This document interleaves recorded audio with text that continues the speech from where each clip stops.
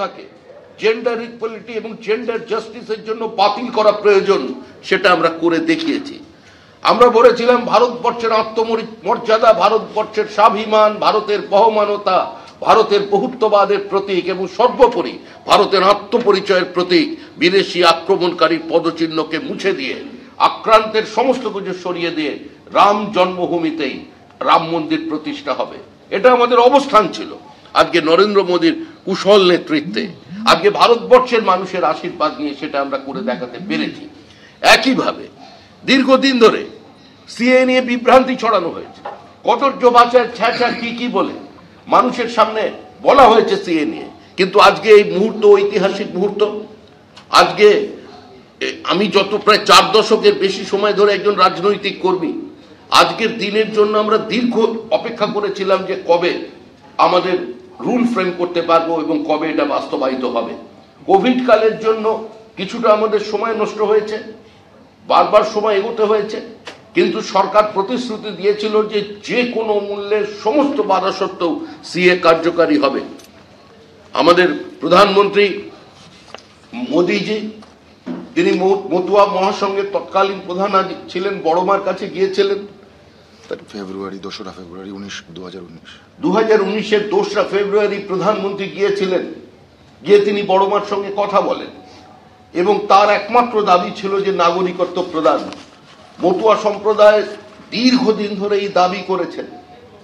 আজকে তাদের স্বাভিমান, তাদের আত্মমর্যাদা, তাদের ভারতীয় হিসেবে তাদের সমানাধিকার, তাদের নাগরিকত্বের অধিকার আজকে দেবার জন্য মোদীজি যে প্রতিশ্রুতি দিয়েছিলেন, আজকে তা বাস্তবায়িত হচ্ছে।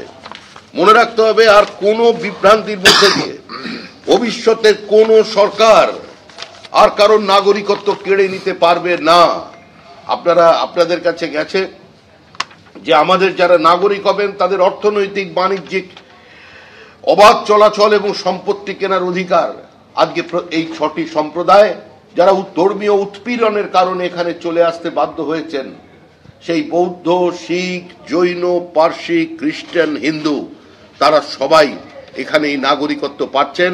আবার মনে করিয়ে দিচ্ছি যে পশ্চিমবঙ্গ একটা সীমান্তবর্তী রাজ্য, 2200 কিলোমিটারের বেশি আমাদের একটা পোরাস বর্ডার আছে, একটা সাইলেন্ট ডেমোগ্রাফিক ইনভেশন, বিনা যুদ্ধে ভারত দখলের চক্রান্ত দীর্ঘদিন ধরে চলেছে। সীমান্তবর্তী জেলার ডেমোগ্রাফি বদলে যাচ্ছে।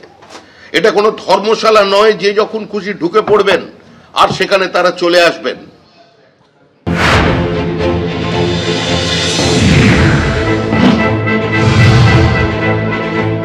আজকে কেউ চাকরি বাকরি করছে, কেউ স্কুলে পড়াশোনা করছে, কেউ জমি জমা কিনে সেখানে দীর্ঘদিন ধরে বসতি তৈরি করেছে।